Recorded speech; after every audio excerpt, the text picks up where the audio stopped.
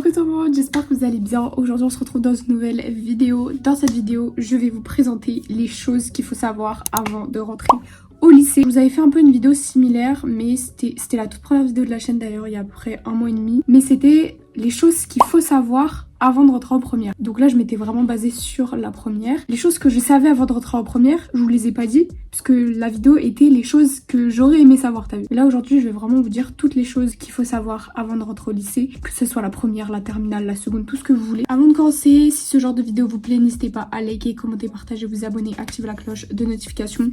Et on est parti pour la vidéo. T'as plus de trous et donc t'as plus de liberté, tu peux vraiment sortir quand tu veux. Quand t'as des profs absents, tu sors. T'as plus de externe libre, externe surveillé. Tout le monde et externe, je crois, là, genre vraiment, même si tu manges à la cantine, même si tu prends le bus, t'es vraiment libre. Comme t'as souvent des heures de trou, bah tu seras amené à souvent sortir. Genre tu manges à la cantine, mais il y a souvent des supérettes à côté, ou tu vas au resto à côté. Donc franchement c'est grave bien. Et puis quand tu finis tôt, au lieu de rentrer chez toi, moi en tout cas c'est ce que je vais faire l'année prochaine, je vais aller directement aller sur Paris, ou je sais pas, le vendredi par exemple, faire des expos, des trucs comme ça. Les profs, bah du coup bon, ça c'est un peu comme au collège, t'as plusieurs profs et tout. Ce qui change, c'est que t'as d'autres matières. Par exemple en seconde t'as SNT, c'est un peu de la techno. SES, donc c'est sciences économiques et sociales, c'est vraiment le prime. Ça dépend des gens, mais personnellement j'adore. Il n'y a plus musique, il n'y a plus art plastique. À la rentrée, t'as pas de liste. Donc ça veut dire que c'est les profs qui te disent quoi prendre. Alors personnellement, moi je vous dis très clairement, j'ai toujours pris ce que je voulais. En seconde, je m'en souviens en SVT, j'avais un cahier. Toute la classe avait un classeur parce que la prof voulait qu'ils prennent un classeur. Moi j'ai pris un cahier parce que j'avais déjà fait ma page de garde et tout. Et la prof elle a rien dit. Justement, moi j'avais toujours mes affaires. Comme tout est réuni dans un cahier,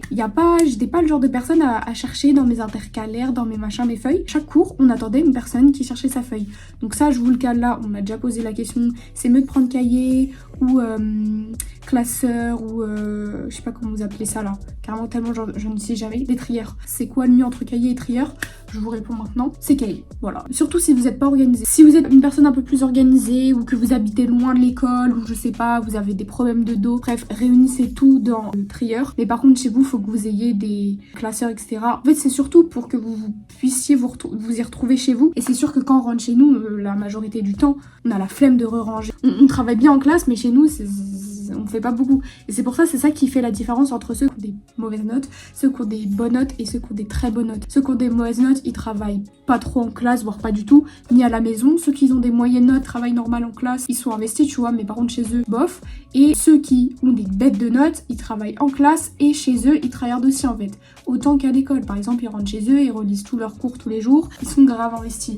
Et c'est ce que je fais personnellement. Vous pouvez prendre exemple, mais c'est pas non plus le meilleur exemple parce que ce qui me manquait, c'était un peu la façon d'apprendre. En fait, ça, c'est vraiment le plus dur à avoir.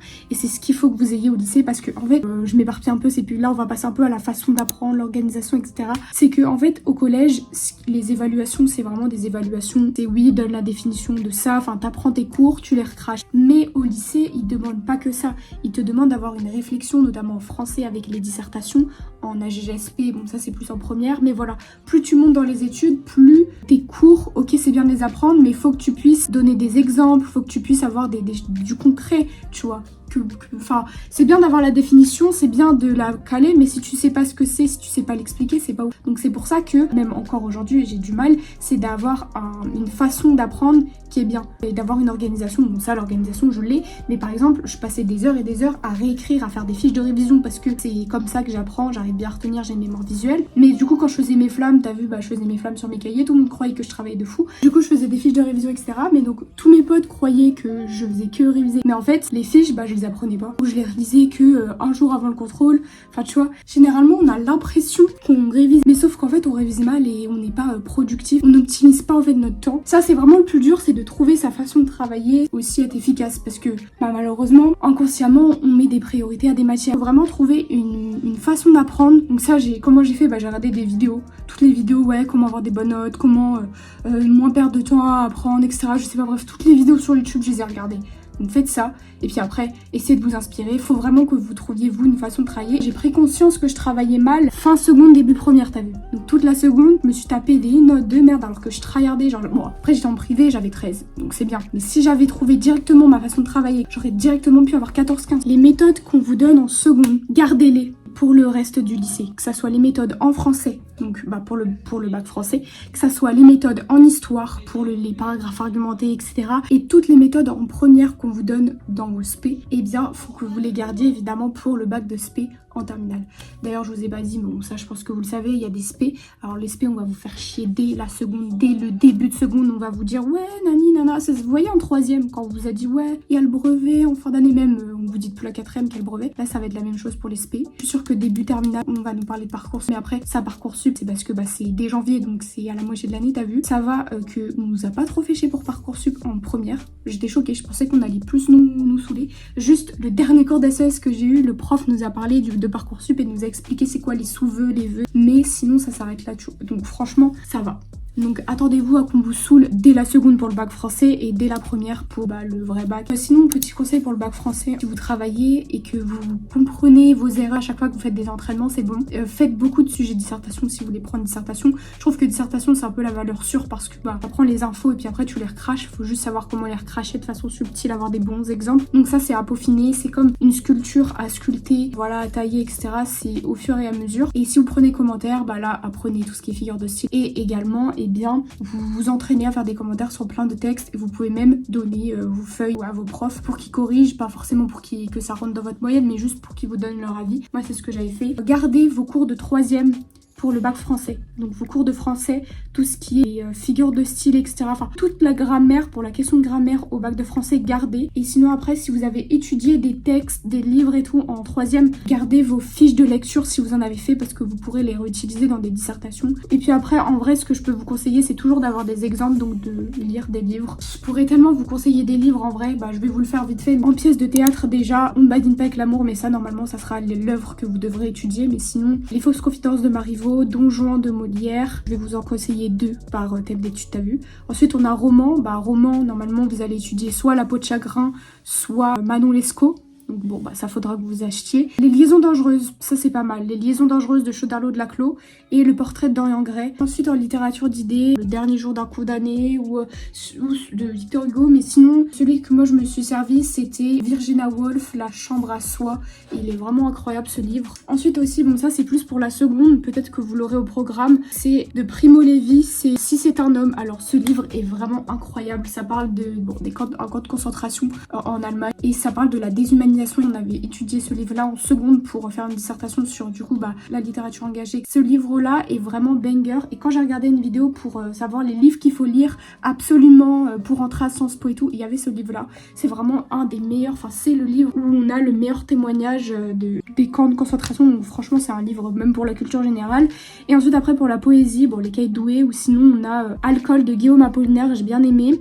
Ou sinon Parole de Jacques Prévert, c'était plutôt pas mal. Comme ça, c'est un peu moderne. Si vous voulez d'autres livres, d'autres conseils, n'hésitez pas à me demander en commentaire. Pour tout ce qui est un peu l'organisation, les devoirs, ça c'est comme au collège, mais il faut que vous avanciez. Et puis les profs, ils vont un peu, encore plus qu'au collège, ils vont vraiment s'en foutre quand vous allez leur dire oui, on a d'autres contrôles ce jour-là, etc. Madame, vous pouvez essayer peut-être de décaler. Il y a des profs qui vont le faire, surtout les contrôles de langue, genre espagnol, anglais. Et il y a d'autres profs, ils vont s'en foutre. Ils vont avoir l'impression qu'il y a que eux, il y a que leur matière, donc il faut vraiment que vous avanciez. Essayez de faire des to-do list. Moi, les to-do list, ça m'a vraiment sauvée. Il faut savoir que moi, personnellement, le week-end, je faisais tous mes devoirs pour la semaine qui suit. Et tout le reste de la semaine, je révisais mes contrôles, voilà.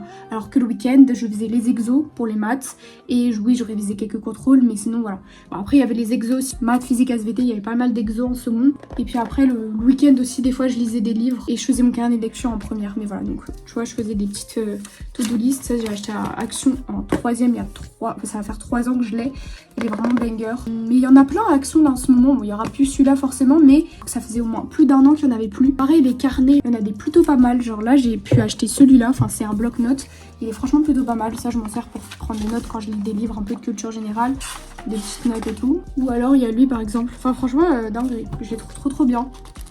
Prenez de l'avance et aussi vous pouvez faire des fiches de révision. Il ne faut pas que vous réécriviez tout votre cours. Il faut que vous essayiez de prendre des notes, de faire avec vos mots déjà, vos mots de vocabulaire. Faites des abréviations. Par exemple, prix en SES, je mets PX. Taux de variation, taux de chômage, taux de je sais pas quoi. Je mets TX. Définition, défini. Et le T, je mets un T avec un petit rond.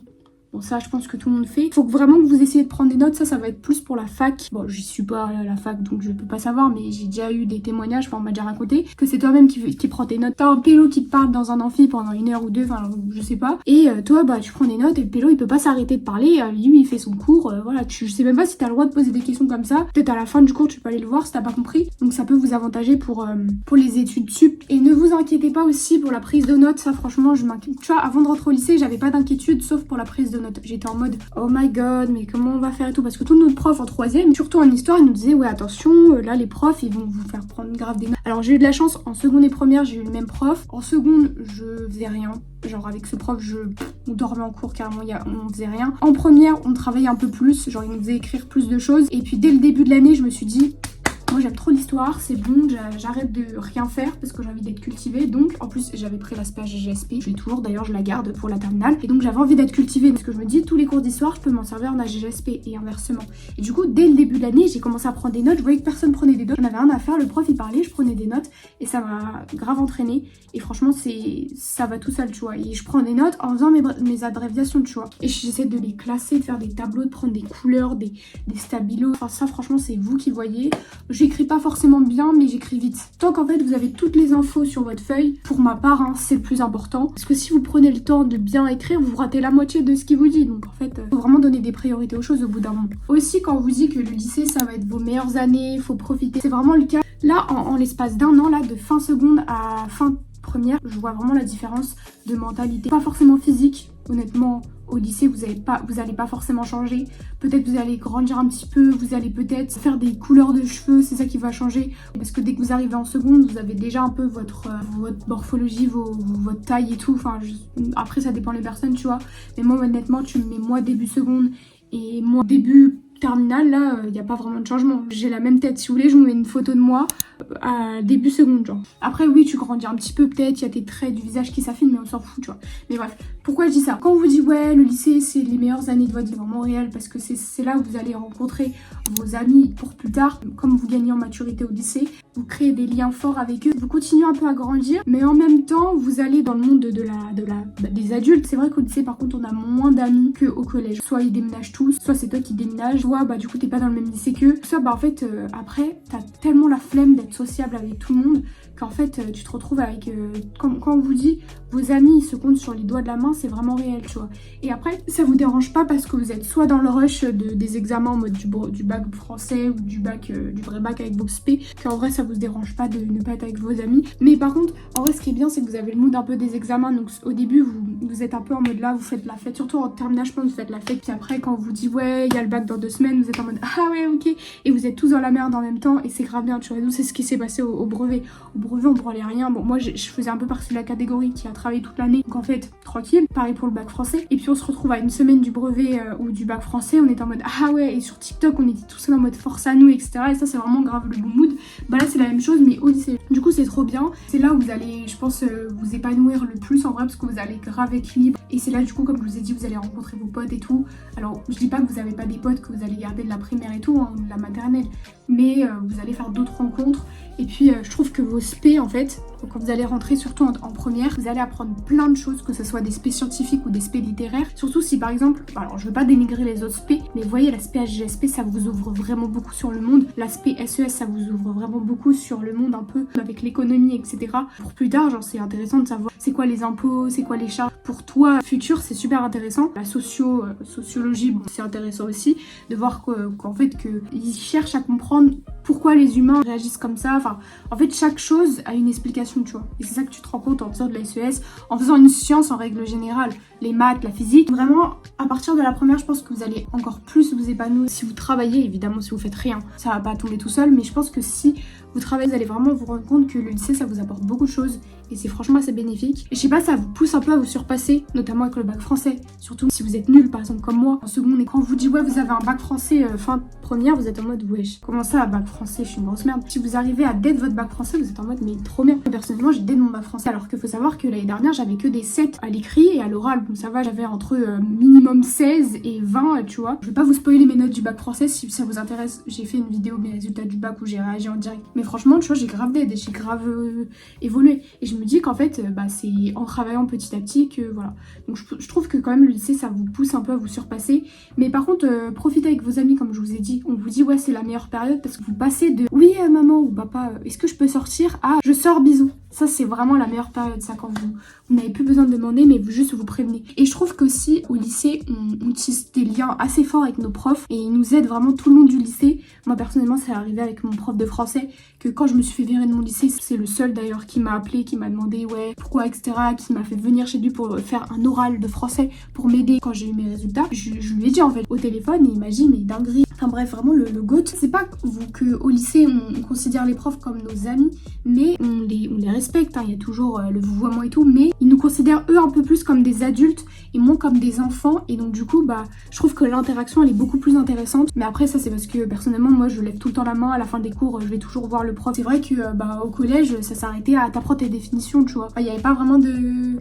Enfin, si c'était pas pareil, t'allais voir le prof pour lui dire oui monsieur, est-ce qu'on a un contrôle la semaine prochaine? Là maintenant c'est oui, est-ce que vous recommandez des livres, des trucs, des machins? Ça c'est pour vraiment les élèves qui sont assez investis, tu vois. Des fois c'est oui, vous avez des questions sur le cours, vous avez des réflexions dans votre tête, vous vous dites ah oui, donc est-ce que si ça se passe ça, ça va se passer ça, et du coup à la fin du cours tu vas demander. Des fois tu lèves la main parce que tu te dis ça peut être profitable à toute la classe d'avoir la réponse, tu vois. Ou alors à la fin du cours tu vas voir le prof et tu lui dis et tu discutes avec lui de la chose. Moi c'est ce que je fais, tu vois. Et ça c'est assez bénéfique. Puis généralement le prof après à ce moment-là il te dit ah oui je peux te conseiller une vidéo de ça, oui, nanana. Du coup, tu grattes des petites ressources et tout, et ça, franchement, c'est grave bien. Et je trouve qu'en fait, les cours au lycée, c'est vraiment des puzzles. Genre, en fait, chaque info que tu apprends, faut que tu arrives à les insérer dans tes copies. Et je trouve que c'est vraiment de la rigueur, mais ça vient au fur et à mesure. Surtout en français, les dissertations commencent à avoir écrit alors que t'es une grosse merde, c'est comme en anglais. Et qu'on te dit, ouais, expression écrite, tu vas essayer à chaque début de phrase de mettre un connecteur. First of all, therefore, moreover, furthermore. Là, en français, c'est un peu la même chose. Et tu vois, quand tu vas écrire, tu vas essayer de trouver un synonyme qui est un peu mieux, un peu plus littéraire, tu vois. Et je trouve que c'est cette rigueur-là qui va te permettre de mieux écrire. Et après, ça viendra naturellement. Même pour parler, tu vois. Moi, personnellement, avant, j'arrivais pas vraiment à parler. Alors que là, maintenant, j'ai des tics de mots, finalement, naturellement, idéalement, c'est des trucs comme ça. Et je trouve que ça fait joli un peu quand on parle.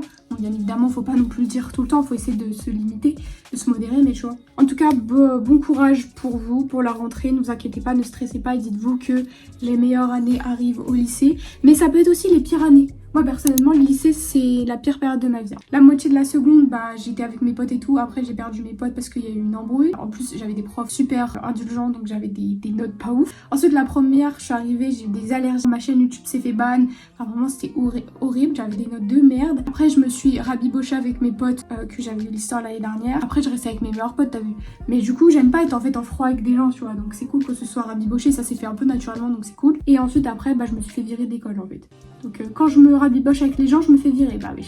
Donc c'était vraiment la pire année, enfin la première c'était ma pire année. Voilà, j'ai fait une vidéo bilan de mon année si vous voulez aller voir. La seconde c'était quand même le prime, le mood était trop bien de l'autre côté, c'était un peu horrible. Bref, c'était un peu bizarre moi, tu vois. Donc je donne tout, je mise tout sur la terminale, surtout que là je suis dans un nouveau lycée. Parce que j'ai fait ma rentrée au mois de mai dans le nouveau lycée. J'ai fait un mois et ça s'est super bien passé. Donc je me dis que là l'année prochaine ça va être trop bien. En plus je passe du privé à public. Et je dis pas que je vais pas travailler, hein, ça va être la terminale. Hein, mais je pense que je vais un peu moins travailler. Enfin le rythme sera un peu plus soft. Donc ça c'est cool, j'aurai plus de temps pour faire des vidéos. Enfin, surtout je pense que je vous ai dit je vais faire plus de sorties, des trucs comme ça. Je vais essayer de faire des expos et tout. Je vous ferai des vlogs si vous voulez. Mais bref, non mais le meilleur peut arriver là. Tu vois, je me sens bien dans un bon mood. Même je sais pas, j'aime bien ma vie là en fait. Il faut vraiment essayer de positiver si vous êtes dans des moments compliqués. Dites-vous que c'est une phase à passer, on va dire. Moi, t'as vu, ça fait 2 ans que c'est compliqué. Là, maintenant, je trouve que j'étais à mon apogée de la complication quand je me suis fait virer. Et là, maintenant, c'est bon. Faut vraiment vous dire que demain est un autre jour. Que si vous allez pas bien, vous irez mieux après. Bon, la vidéo n'est pas une vidéo comment aller mieux, mais elle est un peu multi-fonction. Si vous êtes resté jusque-là, n'hésitez pas à mettre cet emoji dans les commentaires. N'hésitez pas à liker, commenter, partager, vous abonner, activer la cloche de notification. Sur ce, je vous fais plein de gros bisous et je vous dis à très vite dans une prochaine vidéo. Bye tout le monde!